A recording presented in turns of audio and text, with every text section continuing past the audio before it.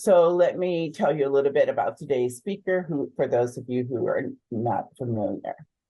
Professor Tusinka, excuse me, is an associate professor of English at Queensborough Community College, City University of New York, where she teaches courses in African American literature and writing. So she also has volunteered as an educator in prisons and jails, teaching college level classes and workshops. Her research focuses on African American literature of the Jim Crow era and the Harlem Renaissance. Her work has appeared in MILA's English Language Notes, CLA Journal, and Dialogues in Social Justice. She is currently working on a critical biography of the Black Chicago-based author Willard Motley, to which her BMRC Fellowship research has contributed. Okay, hi everybody. I want to thank everyone for being here, especially given yesterday's catastrophe. So I especially appreciate those of you who showed up yesterday and are back again today. So my talk is titled A Damned Hard Fight, which is a quotation from one of Willard Motley's writings. I can say a little bit about it maybe in the Q&A session if anybody is interested in the source of that. Of course, I will start with thanks to everybody who I owe thanks to. Black Metropolis Research Consortium, thank you so much for this opportunity. Allison, you have been such a supportive and protective person to take care of us fellows. Thank you so much. To all the archivists and librarians, you are the unsung heroes. You open doors to whole new worlds for us, and thank you so much.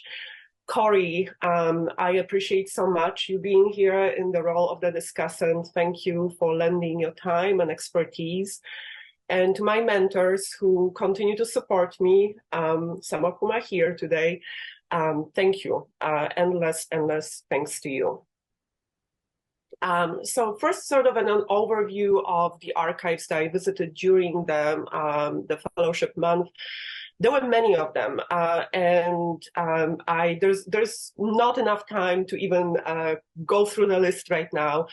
And I had to be extremely selective in what to present to you today. And so, as you will see, most of the material I will focus on actually comes from the first one on the list. Northern Illinois University houses the main collection of Willard Motley's papers, which, by the way, that's kind of an interesting thing, you know, an author who was very much Chicago-based. The papers are mostly in DeKalb, so that's another story that we can talk about. I'm very grateful to all of the archivists, all of the librarians, but special thanks have to go to Bradley Wiley at NIU and his colleagues there, because you all have made me feel so welcome. And I know that Bradley was planning on being here. I'm not sure if he's here yet, but I'm very, very grateful. So thank you so much. Okay, let me begin. So I think most of us who do work on African-American culture, literature, art might be familiar with these images that I begin with here today. And likewise, you might then know that the artist behind them is Archibald Motley Jr. Similarly, I think, especially in the crowd of fellows, a few of you BMRC fellows, some of you are here today. So many of us have done archival work in the space featured in these images here. Chicago History Museum, anybody who works in Black Chicago would be familiar with this space. And then, of course, the Abakanovich Research Center within it, right? The image of this reading room, I'm sure, looks very familiar to many of us who have spent countless hours in it. And it is named after Archie Motley, who was the famous painter's Archibald's son. And I can't resist putting the two images of them next to each other, because I think people are often surprised to know that Archie was very much a white presenting man. So those are the two Motleys who, in different but overlapping crowds, I think their names really ring a bell. Now, fewer people seem to know the name of the man whose childhood version this arrow is pointing to in Archibald Motley's famous painting. And I apologize for the quality of the image, the zoomed in image, but I really wanted to draw your attention to this young boy sitting on the stoop. The model for this figure was the boy who grew up to be the man about whom I'm writing, Willard Motley. He was Archibald's nephew, about 18, 19 years his junior. And for many decades, they lived in the same house on the South Side in Englewood. And I think a lot of times it's really hard for some people to believe, people who mostly don't know who Willard was, that there once was a time when it was Willard who was the more famous of the two Motleys. So because Willard doesn't seem to be a very well-known figure, I will spend part of my presentation today just talking a little bit about who he was. And then I will move on to feature some of the archival materials that helped me understand him better and get to know him better. So Willard Motley was Chicago's native son. He was also the first of the many Bud Billiken columnists in Chicago's Defender. He was the first one. He was about 12 years old when he was writing for the Defender. He was the author of two best-selling novels, especially his first novel, Knock on Any Door, made a huge splash in 1947 when it was published.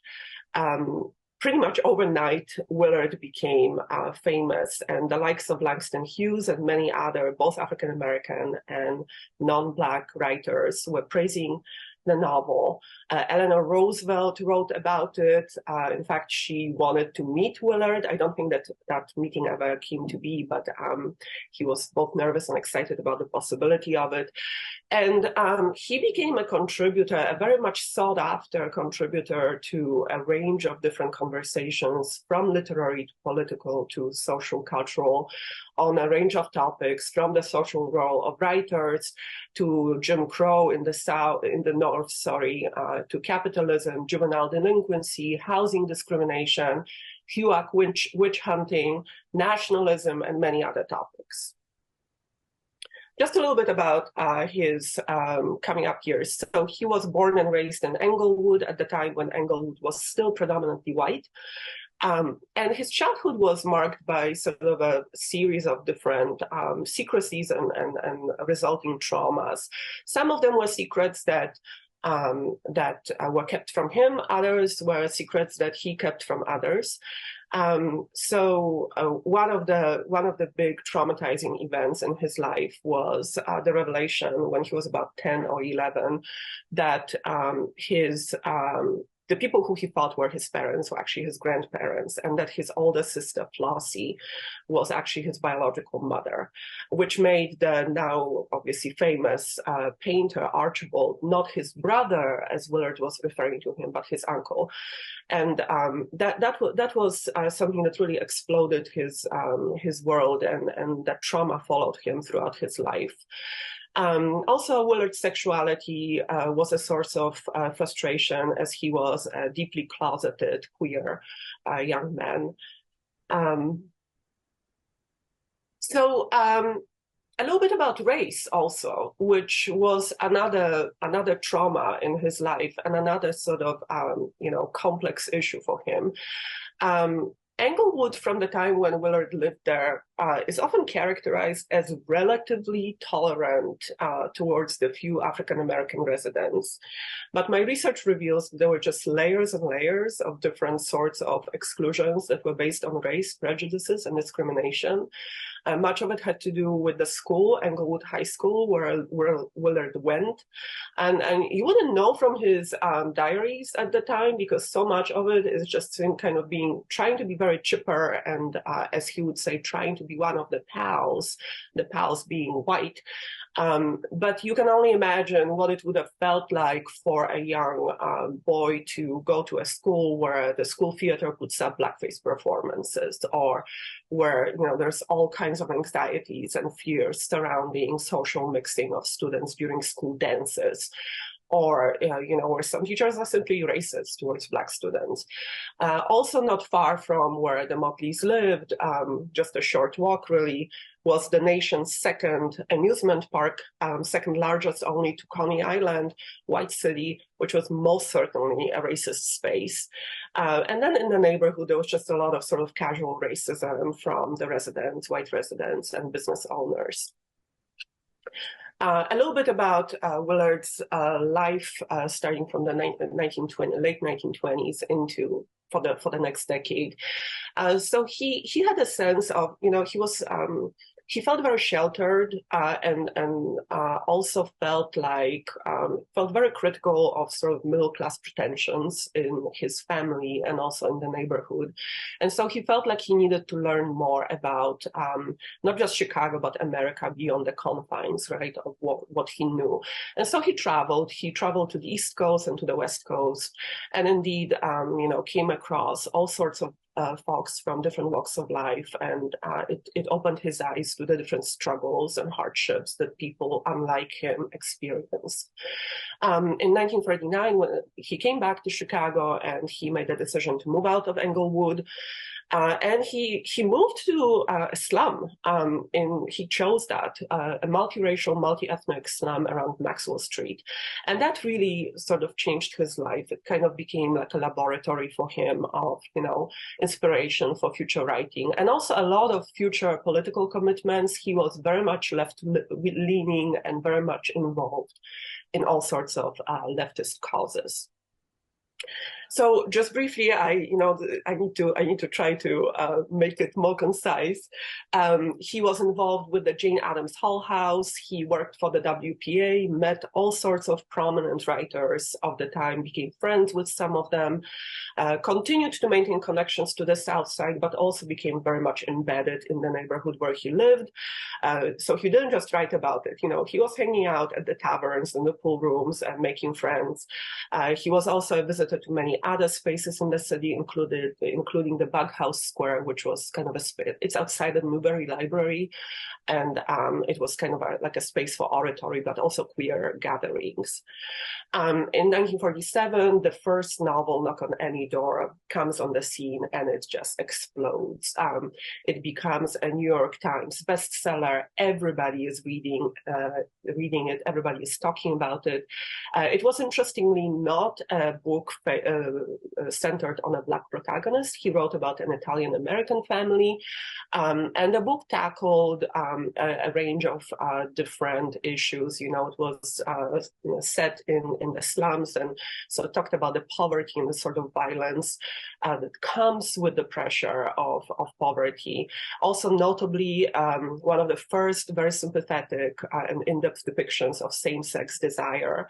The protagonist at the end of the novel is sentenced to death for murdering a police officer, and a famous, I think, line comes from his last words: "Live fast, die young, and have a good-looking corpse."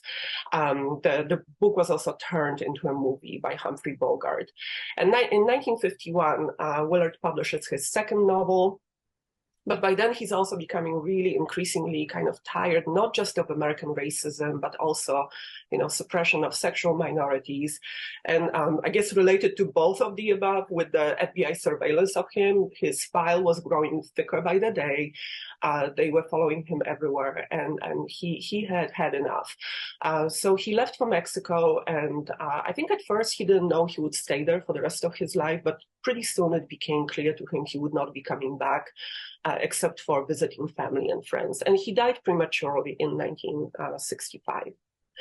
So there's this thing about, as I mentioned earlier, people not knowing who Willard Motley was. And there's certainly, the erasure, I think, is not an exaggeration. He has been kind of repressed and suppressed and forgotten. And I think about it a lot. Willard didn't much appreciate being told what to write and what to do and what to write about, and what causes to lend his energies towards. He much less appreciated being told that his race should dictate what he should be paying attention to and what he should be interested in, which, as you can imagine, like I appreciate a lot as a Polish woman who is writing about him, right? And who has devoted her professional life to studying African American literature. But I think, you know, there's a special kind of pressure and limitation that's placed especially on Black writers and intellectuals and activists in terms of, you know, what they should be dealing with, right, or should be writing about, or what is sort of outside of their range of expertise. And he was definitely, I mean, I don't like using the word victim here, but I guess I'm thinking of a better one, and I can come up with one. But he paid a price for that, you know, and the price is, you know, this erasure, right, and this obscurity. His books out of print. He's not taught much, and he's not being written much about. So, you know, I come to this project of writing the biography, and first of all, it's a very steep learning curve for me because it's different, right, than sort of a more traditional literary criticism that I've done. And so I spent so much time in the archives, and I think a lot about what it means to be piecing together someone's life, and especially his life, and the kind of weight and responsibility that rests on me in this. And also the fact that, you know, for the first time, I just feel so very close to the subject of what I'm writing about or who I'm writing about. And so to me, you know, this communing with Willard and his legacy in the archive is a sort of intimacy. I've been thinking about it this way.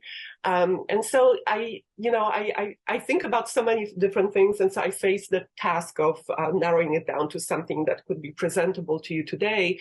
And so some of the things that were on my mind as I was preparing the presentation was that, one, he was a Black gay leftist writer, but really didn't appreciate or didn't really feel the need to be sort of defined or labeled by any of these associations.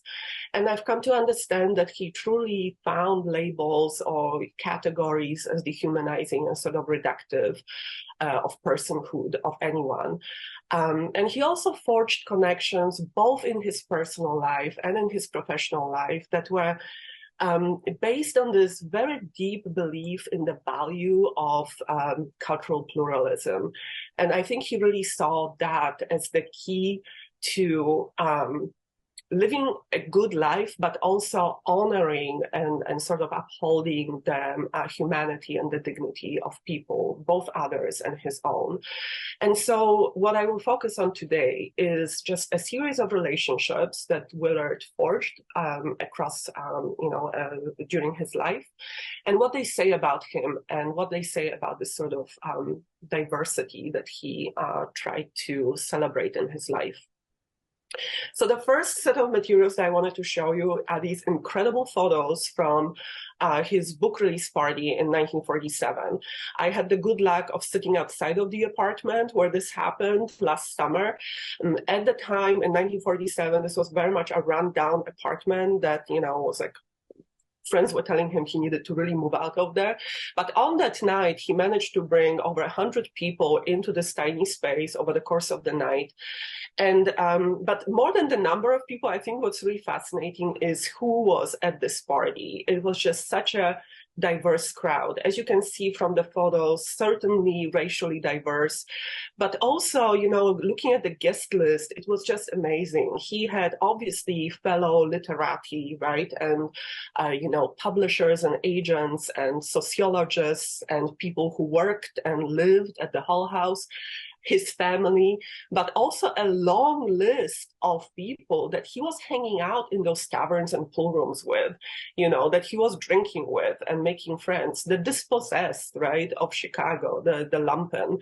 And I think this was his vision of this kind of pluralist culture that he felt most comfortable in, kind of bringing everybody together and seeing them as all contributors, right, to something. So anybody who's read a little bit about Willard will notice that he had a number of really important collaborations and friendships with white people. And sometimes it's kind of, there's this question, I guess, of whether he was disavowing his Blackness by, not centering a Black protagonist or having all these associations that were not African-American. But, I've been thinking about it, the fact that in the most segregated city in the United States. And given that Willard's lifespan really kind of overlaps the years when it became that, right? Chicago became the most segregated city in America.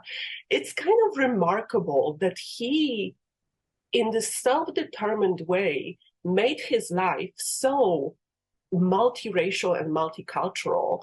And I think both the fact that he sought this kind of multiculturalism and the fact that there was this self-determination in him, those are such quintessentially American features of Willard.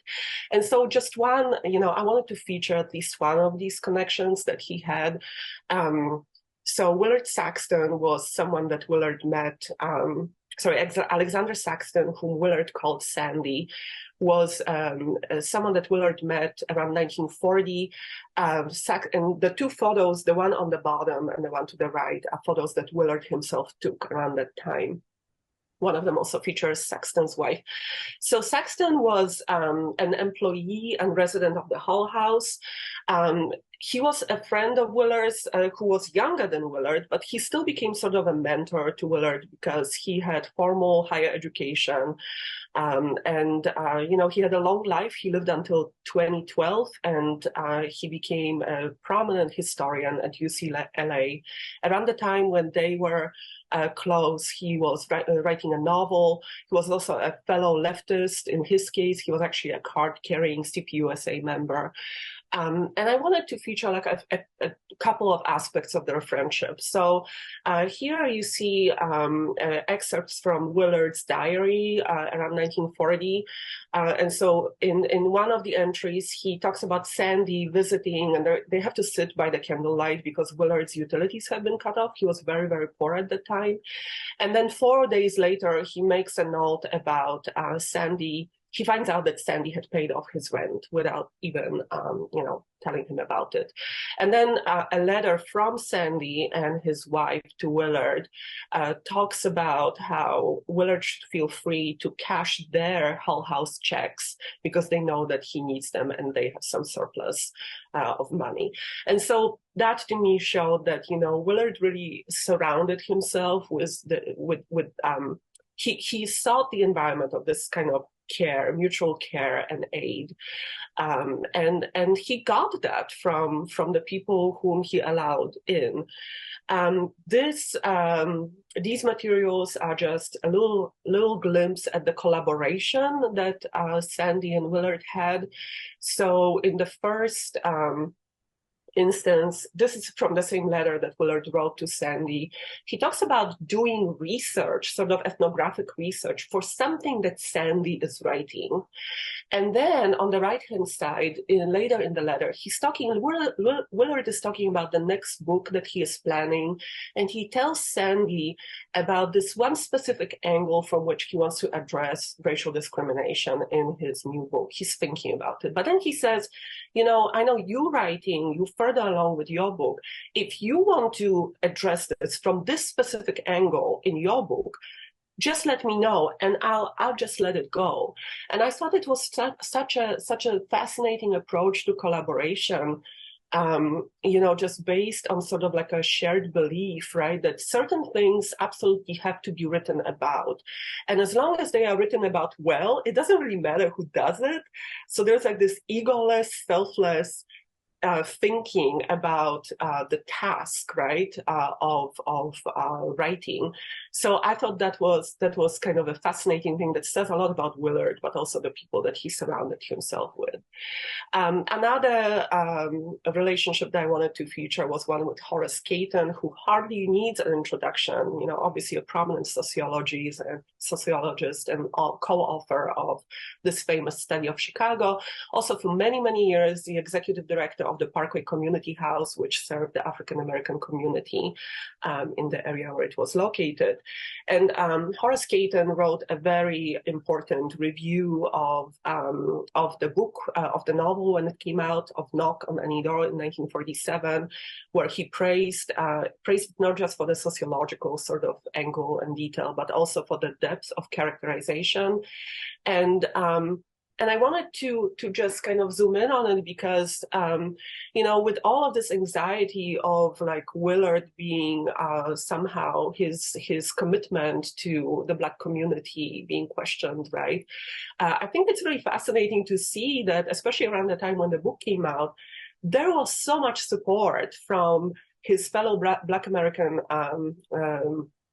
intellectuals and also the African-American community at large. People were celebrating this book and they were proud of him.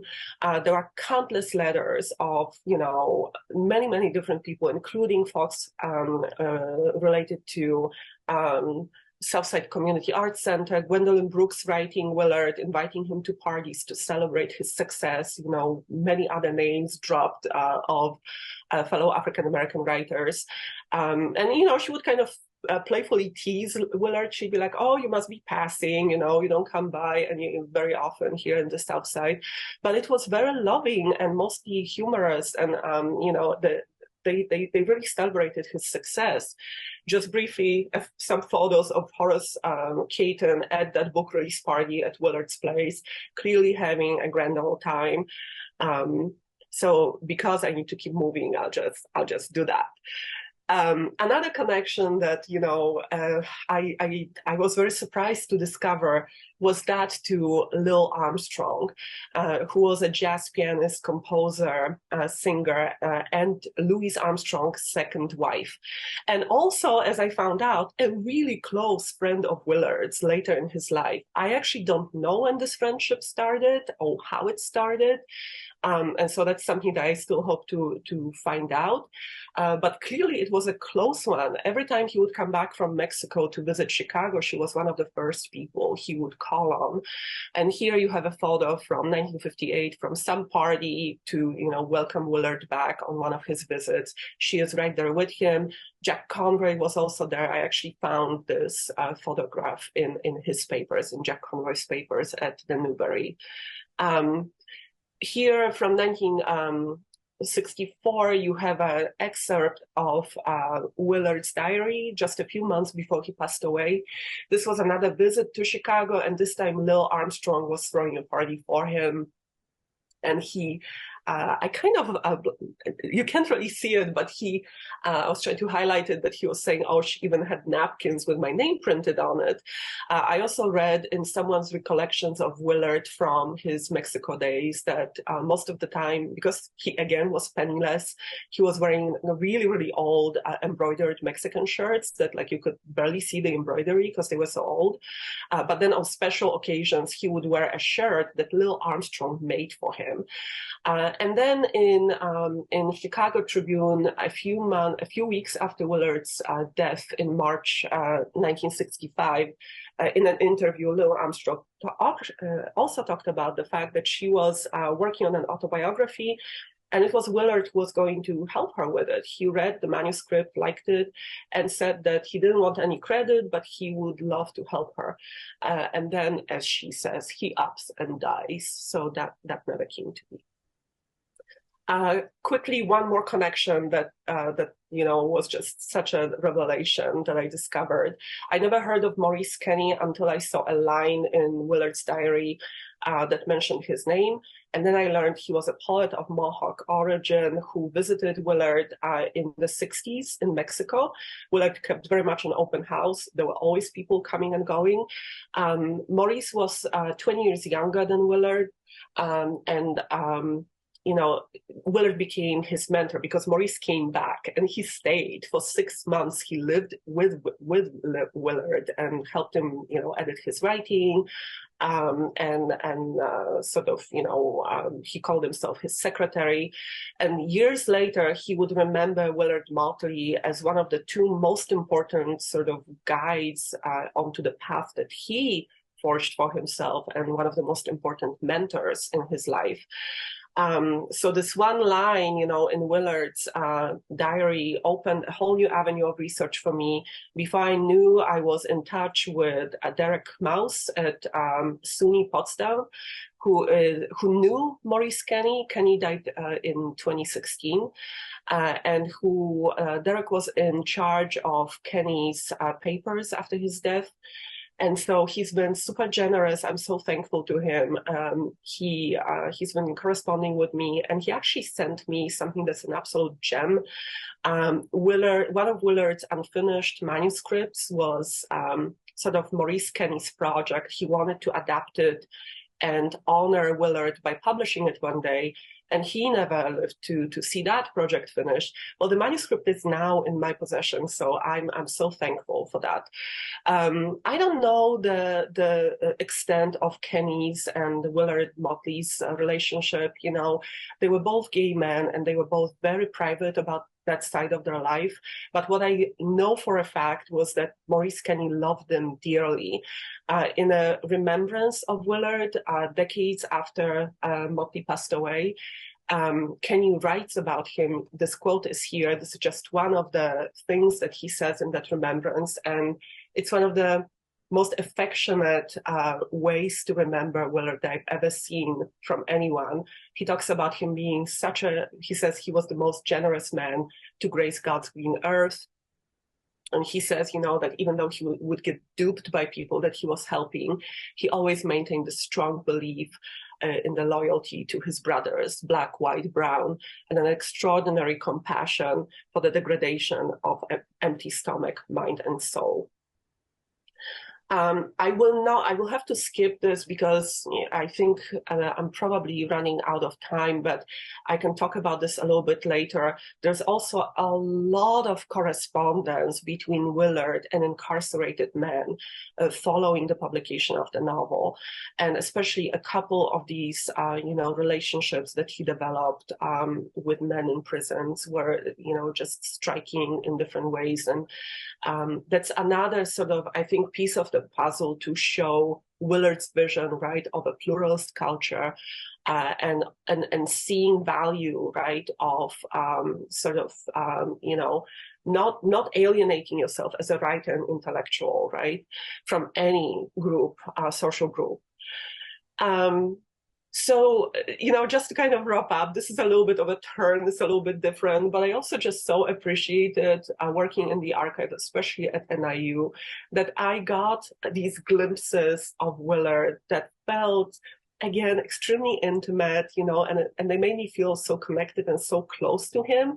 And so this is sort of a cute one. I learned that he loved to cook, and he continued to cook for people even towards the end of his life when he no longer could eat much. And I learned that he had a serious sweet tooth, lots of dessert recipes in those archives. And two moments in the archive that were just, I'll never forget them. One of them was holding Willard's hair in my hand, and just kind of having a moment there, of thinking about how there was once a moment when he himself touched his hair, and also people who loved him touched it. And then listening to Willard's voice, NIU made it possible for me to listen to hours of reels of interviews that Willard made with his family. And I was allowed to listen to them in a room all by myself with no headphones. So Willard's voice filled the room, and it was profoundly moving. Just to wrap up, I certainly don't mean to create the impression that he was some kind of angel with no flaws. He had his demons, and I can talk a little bit about some of those, and some flaws, right? Obviously, he was human. But I think what was really important to me today is to show that, especially given this erasure, given the fact that he's so forgotten, I wanted to show that there once was a time when Willard Motley was very much respected, very much, regarded, influential, and important to so many.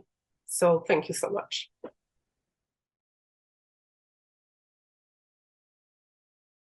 And now we're going to move forward to the discussion and Q&A session, which will be led by Corey Garibaldi. He's an assistant professor in the Department of American Studies at the University of Notre Dame. His studies, Garibaldi studies the social and intellectual history of the United States and Europe, 18th to 20th centuries, with particular interests ranging from Victorian novelist Henry James to Russia's national poet Alexander Pushkin. His courses focus on histories of citizenship, imperialism, cultural and economic thought, and the African diaspora. So today, and his first book is Impermanent Blackness, The Making and Unmaking of Interracial Literary Culture in Modern America, which is forthcoming through Princeton University Press. This study examines and reinterprets the intermittent flourishing of cross-racial industrial print production, underpinning the genre now commonly celebrated as African-American literature. Thank you so much for having me. And Ignatia, thank you so much for this presentation. This is absolutely wonderful. It's an amazing, exciting project. I can say, with a decent amount of authority that you probably know more about Willard Motley than anyone else in the world, which is incredibly exciting given how important he is and how conspicuous his erasure has been. So I'm going to hopefully limit my remarks, say a few things, maybe throw out a couple questions, and then, give you an opportunity to respond, and then take other questions as well. So one of the things that is both, I think, central and conspicuous in terms of your approach to this person is this question of the archive. So Motley's archive in particular raises an unusual opportunity and a challenge. To start with the opportunity, it's a voluminous archive. So it's an archive that I started spending time in about 15 years ago when I started graduate school at University of Chicago, which is incredibly far from the city, which is a part of the challenge in terms of sort of having scholars gain access to it. So that NIU has done an amazing job preserving this collection. And it's, some of the kindest archivists in the business. And it's incredibly accessible when you get there, but it's actually, just geographically speaking, somewhat inaccessible. I'd be curious to hear more about your experience, because even with the weeks and weeks that I spent at NIU, I was never able to cover as much terrain as you have. And so it's wonderful that you're so familiar with that archive, but then you're familiar with archives in other places that Motley is connected to, which is, I think in some ways like an important way of kind of thinking about the work of the Black Metropolitan Research Collection in terms of, ways that like institutions interconnect with one another and ways that can help us put together Black cultural history, especially as it relates to Chicago and the region. So another thing that I'll say, just to sort of give some context, is that, there are scholars who have sort of studied and written about Motley, but surprisingly few scholars that have written about Motley. And the way that you're approaching him is really important because, like in my own work, I focus primarily on Knock on Any Door, some of the correspondence that he has with some of the, some of his many readers, right? There's tens and thousands of people who are like buying this book, weeks after it's published. And I think it goes on to sell at least 1 million copies, once it goes into soft cover. So it's one of the best selling Black authored texts of the 20th century, hands down. The Hollywood film is the first major Hollywood adaptation of a Black authored film in the 20th century, the next one coming a year later. People have taken slices of his professional career and his life and used them in their works, but no one has actually done a comprehensive biographical study of him. And so that's a very conspicuous gap given the immense interest people have when they actually learn about him. So most people will sort of understand or sort of, basically state like they never heard of him at all, right? But when they do learn about him, or if they do read Knock on Any Door or any of his other popular texts, they become like immediately interested in him. So one way of thinking about him in the sort of genealogy of sort of like popular Black writing is that he's Alan Wall would characterize him as a precursor to James Baldwin, for example, which obviously like is almost like a household name. So it's even that much more conspicuous that someone that has like such like sort of like similar biographical details would have fallen so much out of favor. The last thing I'll like sort of emphasize is like the sort of one of the ways he's so fascinating is his rejection of labels, right? I mean, he's someone who has his hands in so many different places. He's, first a brother and then an uncle of one of the most famous African-American artists of the 20th century, who is also someone who's so familiar to us today, not only in the scholarly world, but also sort of like in the popular Black and American imagination as well. So he in no way sort of disavows, either the African Americans who are his family or the ones who are his friends, or like these other like networks and communities that he's a part of. He's a correspondent with like Gwendolyn Brooks and of course Caton and a number of other people. But then he also sort of manages, to like forge like these connections across racial lines, I think at a time where those relationships are fairly precarious, right? I mean, it's almost sort of putting you ahead of like so many other Americans, in that, like in order to forge these friendships and relationships, they're effectively defying like what is often like a segregated world, right? Whether that be like in like the case of like hotels, whether that be in like the case of like entering like private clubs, like when he's like visiting and like sort of like fraternizing with his editor in New York City, Theodore Purdy and his wife, who's another like important like figure for him professionally. He's navigating these worlds, and he's committed to living in a pluralist world that is effectively segregated, so that even as he has diverse sort of like literary pursuits that sort of like have him in conversation and writing about different racial and ethnic figures, he never sort of loses interest in sort of like this like question and like legacy and problem of racial segregation. One of the things that's so poignant about his legacy is that once he becomes famous with his first book, he's often felled and rejected when it comes to writing about things that pertain to race. And so that in some ways, it's not only sort of like the memory of him that's erased by people who study this period, but it's also that he's effectively being erased during his lifetime, during his early career. And I think that sort of figures into a number of tragedies that he encounters personally as well. So just to sort of, conclude, perhaps a little bit about sort of how you see his professional challenges, early, mid, or late in his career, and how you sort of perceive like the challenge of working with, and the opportunities of working with an archive of this type. Thank you once again for such an amazing presentation. Corey, thank you so much again for being here and for these super insightful remarks. Let me say a little bit about the archive first. Obviously it's on my mind all the time, because whenever I tell people I'm going right on another trip, because my fellowship month was obviously not the only time that I made a trip, right? People say, "Oh, to Chicago." I said, "Well, to Chicago right?" And then I try to explain where DeKalb is. And so it's and then there's the question like, why is it even in DeKalb?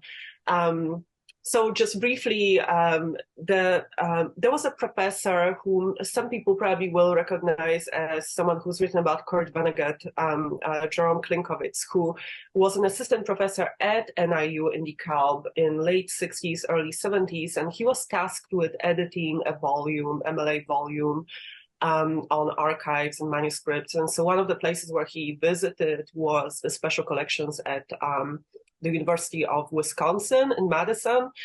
And he found in a room these eight huge boxes of papers of Willard Motley's. So this is a few years after Motley passed away.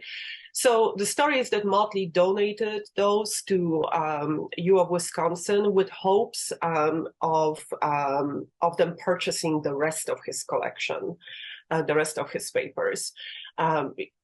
As always, he was poor. He was looking for any way to make a buck, and which also, I have a few things to say about the fact that he was self-archiving, right? He was, very consciously preserving his own papers.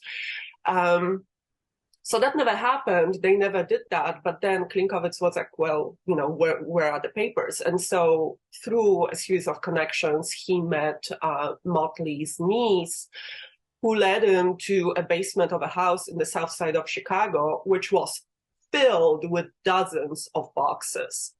And so he took on this task of bringing them to NIU and, doing an incredible job, really, of cataloging everything. And I think, I want to echo what you said.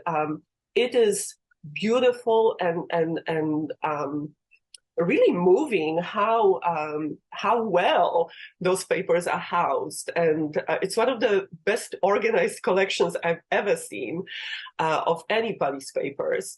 But it is, kind of a interesting location, right? Especially for a writer who was, Chicago.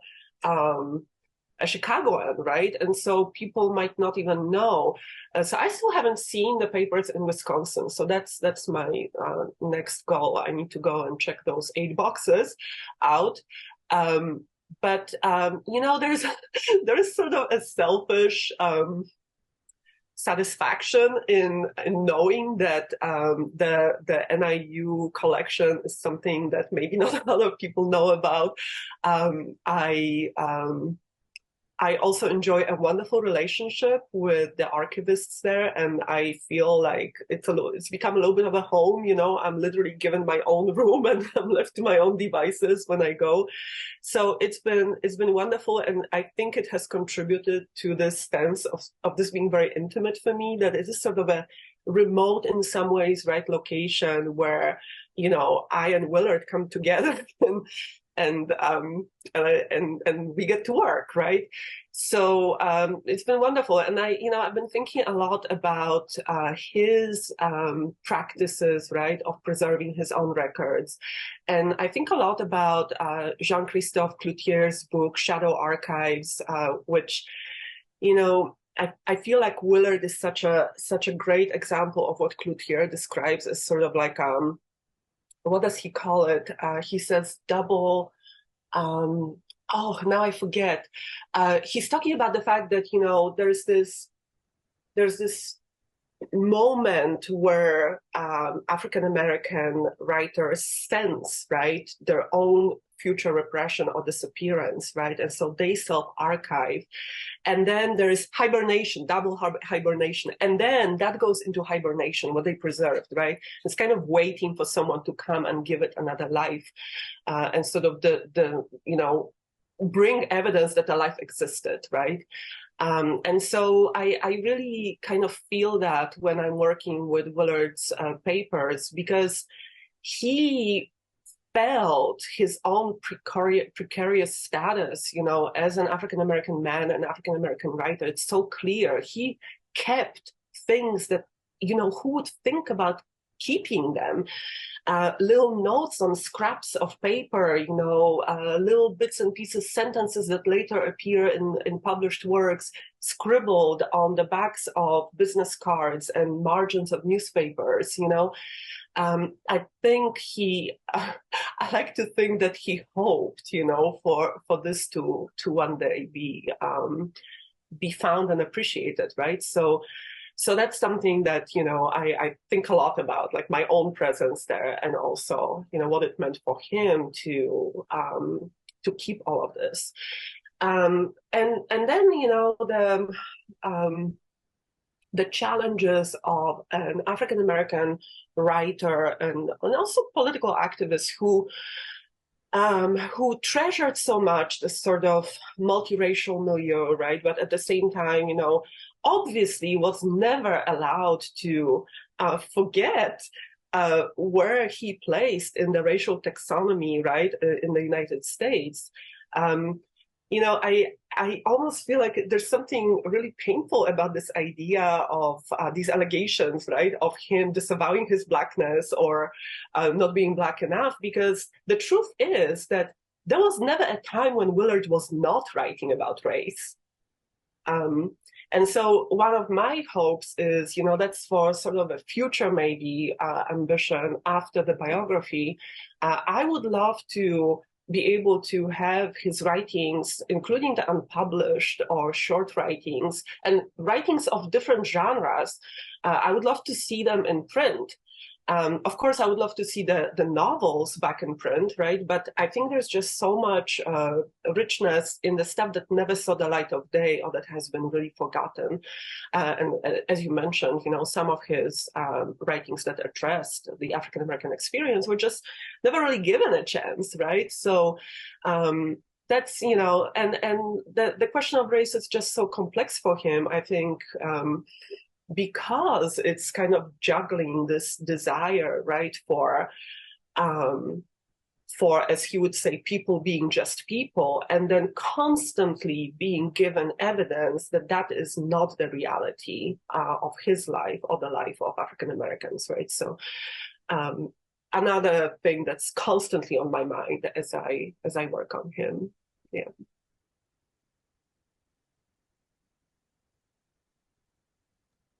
Motley could not be in better hands.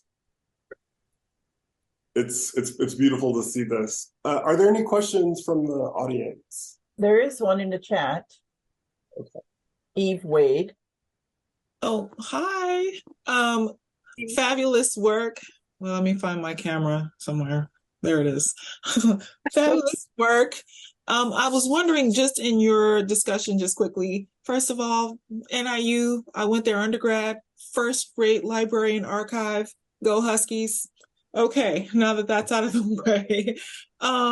In your discussion, I was wondering, do you believe that even though people say the times have changed, do you think that Motley could serve as an example of how to handle cultural isolation today in both positive and negative ways? Can you tell me a little bit more about your definition of cultural isolation? I was just thinking, like, when you were talking about how his the way that he, was never white enough or never Black enough, and there's a lot of that today. And then with cancel culture and all of these things, do you think that, teaching in the spirit of teaching by example, right, that his life could serve to the younger generation or to, scholars at large, even about how to handle some of that, what to do with that? I mean, first of all, clearly none of these issues have been resolved, right? So I think, very much so today, we still see that there's these, kind of demands, very unfair demands, right, of African-American writers and intellectuals, or people in general, right, these are the things that you're supposed to talk about and, have a stance on. And then there are these other issues where, why would you address them, right? It's things that,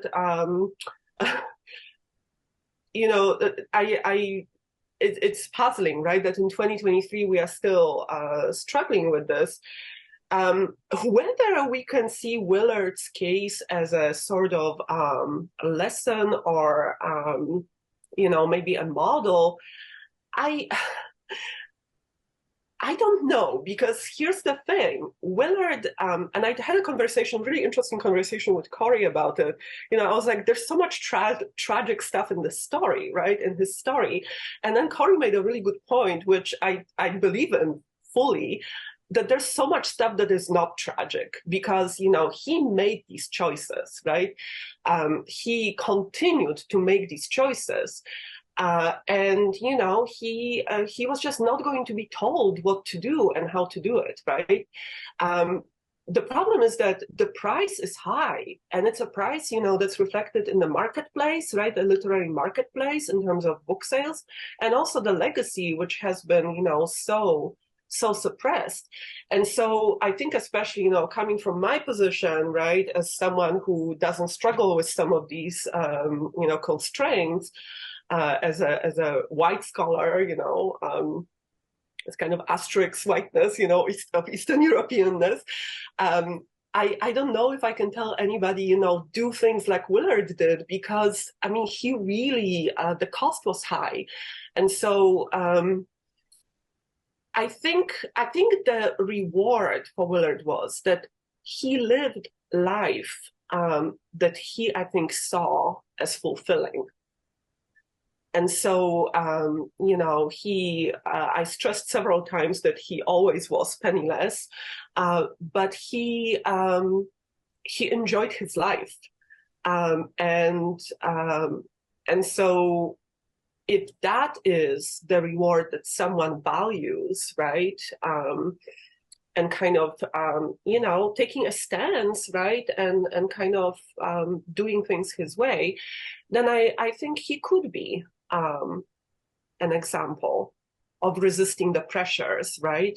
But at the same time, as Corey mentioned, and as I believe, it's not like he wasn't evading the topic of, engagement with African-American issues or trying to write, Black characters into his literature. It was just that there was also a lot of racism, right, in terms of like what he was actually able to do.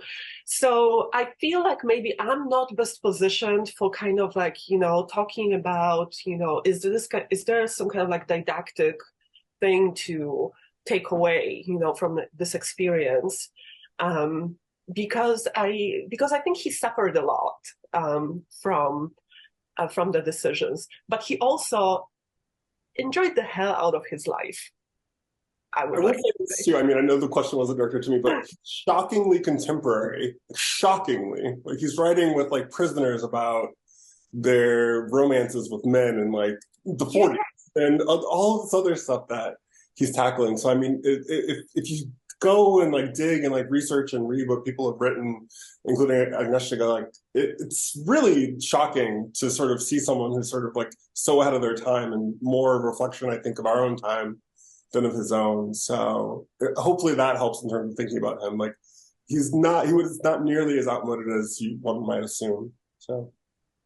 Just some of the slides that I skipped that Corey is partly alluding to, some of the correspondence with men in prisons after the publication of the novel, where it's just fascinating. There's especially this one correspondent that he has, William Samilov, who tells him about how much he appreciated the depiction of same-sex desire in the novel, and in conjunction, right, with issues of like carceral state. And he Willard writes back and is kind of comforting him in his own relationship, his feelings about the relationship that he has with another man that he's incarcerated with. This is stuff from the 1940s. It is incredible. And then I wish that the novel that he intended to publish, Knock on Any Door, was actually published in a version that would be closer to what he wanted, because so much was censored.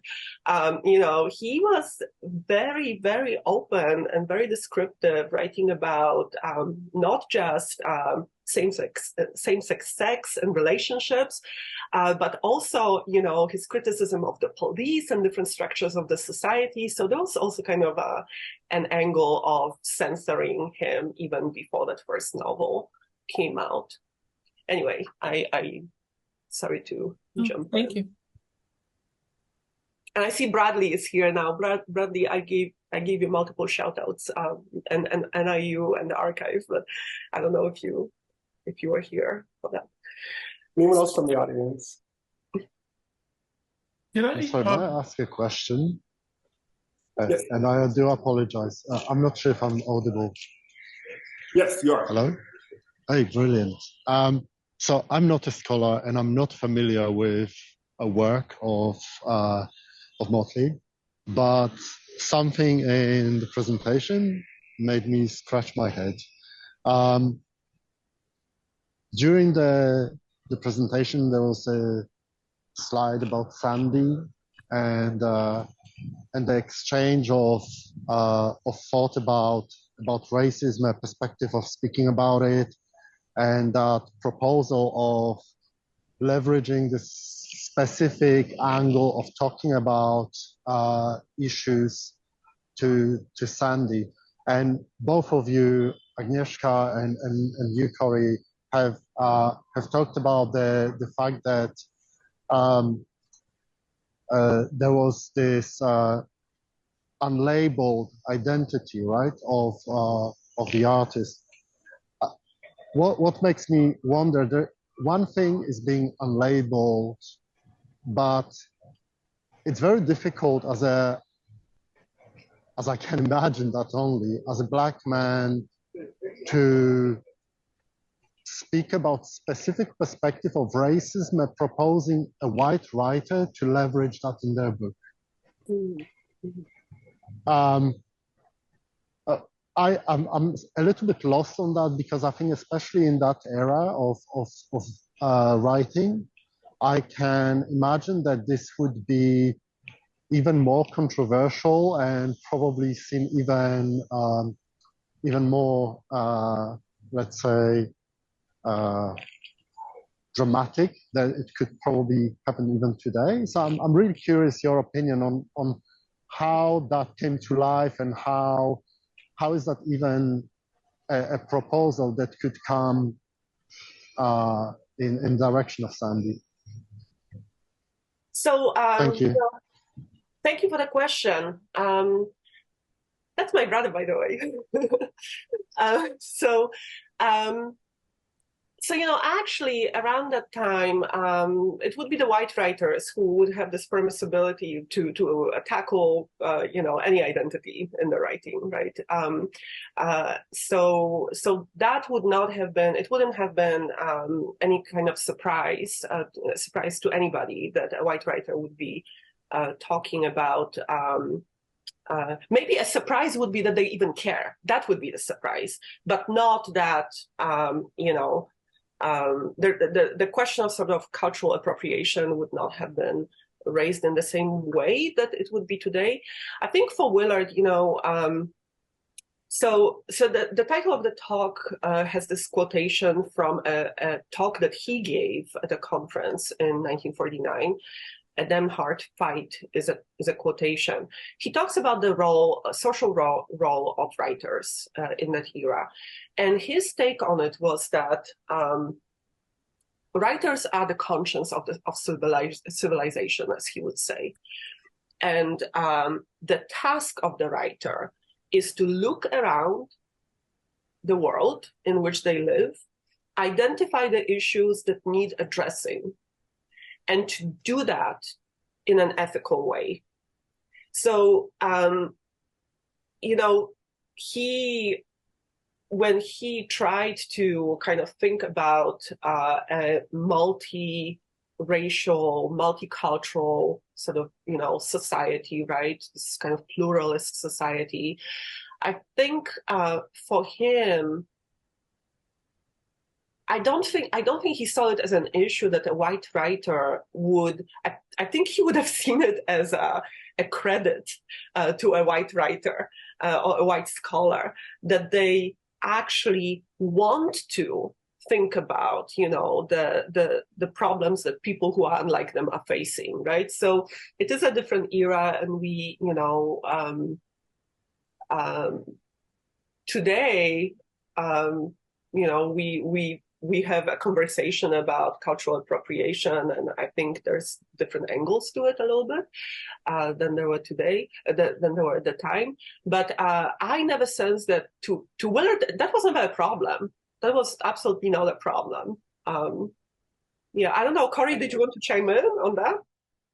No, I mean, I think it's a fascinating question, and you'll be wrestling with it a lot. But it's like I think it's a snapshot of sort of both the precarity, the delicacies of living interracially in that period, right? I mean, because we know they're not equal relationships. I mean, and that's taking for granted that you can sort of achieve that kind of equity now, but it's like it's far more precarious in the 40s. So I mean, there's a lot of deference, there's a lot of give and take, right? I mean, like he's not simply sort of passive, but he certainly knows that his interlocutors, especially his white interlocutors, are going to have a number of different types of freedoms that he won't be able to enjoy as a white author or like artist, right? So that doesn't preclude relationships.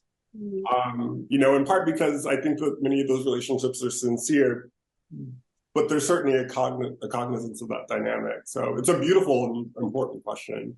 But I think, and it doesn't preclude, I think, friendship or professional relationships, but it's definitely a part of the fabric, right?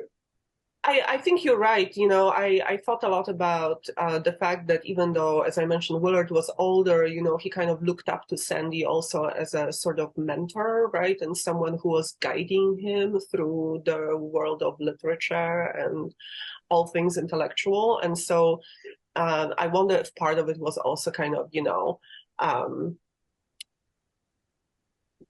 I know that you've been doing this for a while, and I know that you can do it well. But it also goes back to what you were saying earlier, and that I've seen so much of that. A lot of his attempts at writing about Black experience preceding that moment when that letter is written, they go nowhere, right? So he's also kind of aware that, he's been rejected by publishers trying to tackle the issues that are at hand here, right? And so part of it is also like, well, maybe when others, because it still needs to talking about, maybe if this, white writer does it, who has the clout of the Hull House, maybe that will be heard, right? So, it's pretty complex, but it's a great question, really good question. And I know there's one, we can definitely get in this one question. There's a question in the chat, I know it's not a quick question, but we can make it a quick question. Brian Dolinar says, hello from Cafe in Urbana, and wants to know how left Willard was. And then we can hopefully pivot to Daniel. Sorry, who typed it in the? Brian Dolinar. Oh, of course. Hi, Brian. I need to say thank you to Brian because he's the person thanks to whom I even applied for this fellowship. So he put it on my radar. So I'm very grateful. And I think he's sitting in a coffee shop that I remember well from Urbana-Champaign. So I think he was left. I think he was pretty unapologetically left, but I think he was also, Willard, in all things, I think was not someone to follow a strict line, including a party line, right? So I think he was definitely, a follower of many causes, right? Of both CPUSA and, maybe a little bit closer to the Progressive Party of America, which I think he was pretty much part of at some point. But I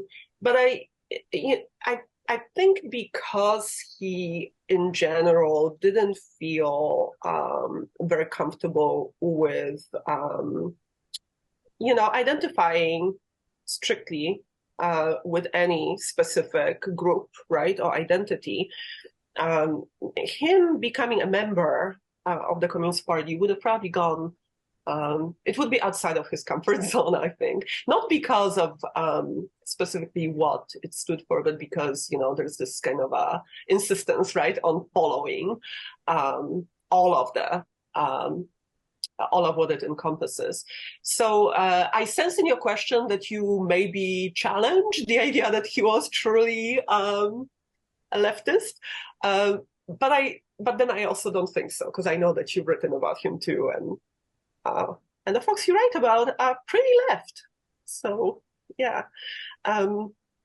Willard was very much involved in, all these petitions that were circulating in the 50s, right, in defense of the intellectuals, writers who were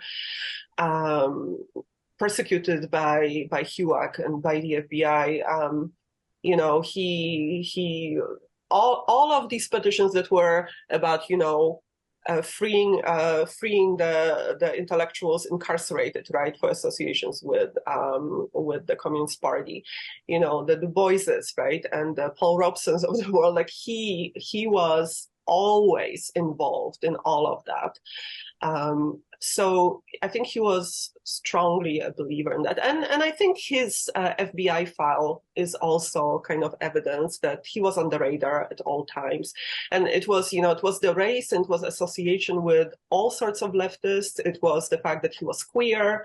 All of that marked him, right, as a target. But I think, they always kept checking if he joined the party, and they never had evidence that he did. But they continued to look at him very closely when he moved out to Mexico, and actually I think it influenced some of his choices that he made even in Mexico, because early on he was associating pretty closely with some emigre, communists, American communists in Mexico City.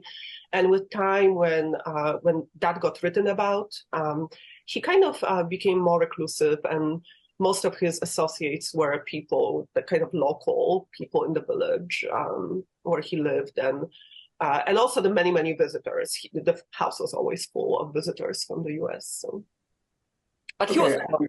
I know that we unfortunately haven't been able to get to everything, but I'm going to give Danny the final question, if that's okay, just because I just want to respect everyone's time. I want to thank everyone. And there are questions, and maybe some of those can be answered like independently from the chat, but having such a warm and generous audience has been special. So let me turn it over to Danny for the last question. Thanks, Corey. And thanks so much, Agnieszka. You had mentioned earlier in response to a question about that his novel was not the novel that he had intentionally written, that it was censored. And what started out as a small question has become very larger now in hearing you speak more. But I was wondering, is there an original manuscript of the novel as he intended that still exists? But then I also started to think about censorship, both in terms of self-censorship, which it seems that he may have engaged in, but also censorship that came from others, and how Willard, attempted to balance these out, or if he was able to balance them out. Just those questions about censorship, both how it worked from himself and from outside. Yeah, the original manuscript does exist in its, different iterations. And there's an amazing book by, I'm going to butcher his name, Aaron. Corey, can you help me out? Aaron Lecklite? Can you say? Yeah, Aaron Leckliter. Yeah, the title of the book is Love's Last Meeting. And one of the chapters is devoted to Motley's book, to Knock on Any Door. And Aaron talks a lot about, what the intended, right, outcome was, and what was basically taken out of the novel. Although he also does just a great analysis for kind of the queerness of the novel as it was published. But,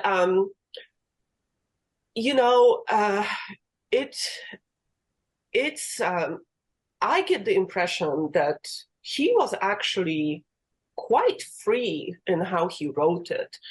And he fought hard for every page, and every detail. So all these excisions didn't happen without the fight. Like, he really tried to keep as much as possible. But the censorship, he essentially, it got to the point where it would never have seen the light of day. if he wouldn't, give in to the pressures. So it was also just incredibly long. The book was very, very, very long. But it was censored for its sexual content, specifically queer content, but also sexuality in general. It was censored because different institutions in Chicago, including the police, weren't happy with the criticism. It got to the point where the editors would say, you're going to have to change the proper names of institutions and streets, because they don't want this out there. And so there was a lot of censorship that happened. Similarly, when the movie version was going to be produced, initially there was hope for MGM picking it up, and they were even heading towards a contract. But then, what was his name? Joseph Breen, right? The guy who censored everything in Hollywood. He came in and he just there was no way that this was going to happen. And so eventually Humphrey Bogart had this small, he just started this small studio.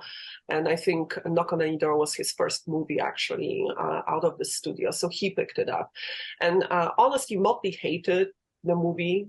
He called it a bastardization of what he tried to do, because he wanted to show how society creates problems, right?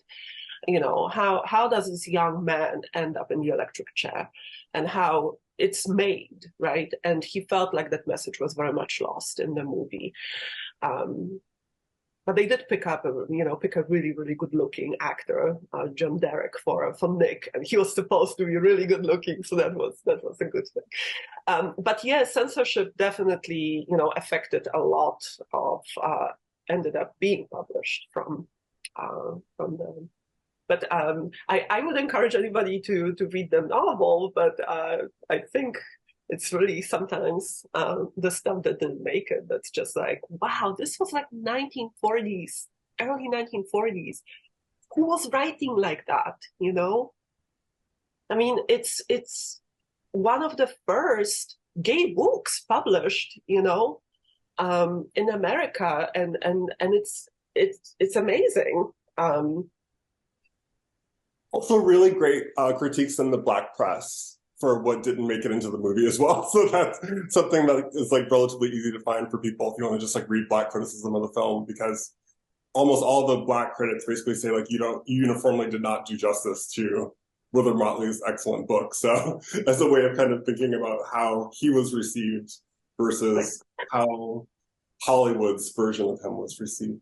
Alexander Sexton, after the movie came out, Alexander Sexton wrote Willard and he said, "Condolences." This is not what you wrote. So, yeah. Thank you all so much. And I'm sorry that this went. Alison, do not hate me. It's okay. I think the presentation actually wasn't all that long, but yeah. That's okay. We very much enjoyed it. Look, everybody is still here. There's still questions in the chat. What I'll try to do is gather them and send what you might have missed, just a couple, because we're, the discussion was just so wonderful and everybody was so engaging. Thank you to Corey Garibaldi so much. We do appreciate your bringing your expertise and guiding us in this discussion today, and taking the time as out of your schedule to do so. Thank you. Thank you for having me. It's my pleasure. Yeah, and Professor Chusinska, it was a wonderful presentation. And I love it when I really have enjoyed all of them. And today, this was another a learning experience for me, as well as some of you who joined us today, I'm sure. So little is known about Willard Motley. So thank you for your continued work, and do keep in touch to let us know where you are, what's happening, when something's going to be published, because we will want to know.